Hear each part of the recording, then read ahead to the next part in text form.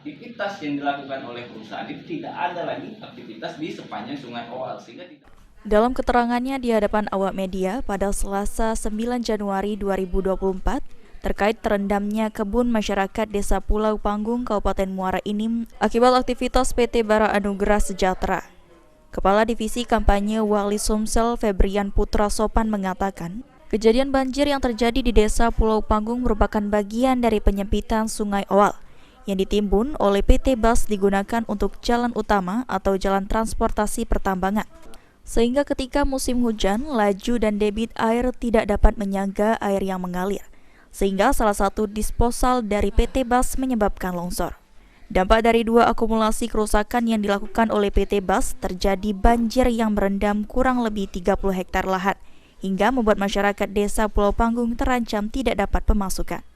Wali Sumsel merekomendasikan agar aktivitas PT Bas tidak berjalan di Sungai Owal, Desa Pulau Panggung, Kecamatan Tanjung Agung, Kabupaten Muara Enim, dan diharapkan tata kelola pertambangan yang ada di Sumsel tidak merugikan lingkungan maupun masyarakat di sekitar tambang. Sehingga kami merekomendasikan ini stop aktivitas dari PT Bas ini, sehingga Gaku maupun Dinas Lingkungan Hidup ini melakukan sanksi administratif terkait tindakan ataupun aktivitas yang dilakukan oleh PT Bas ini sendiri.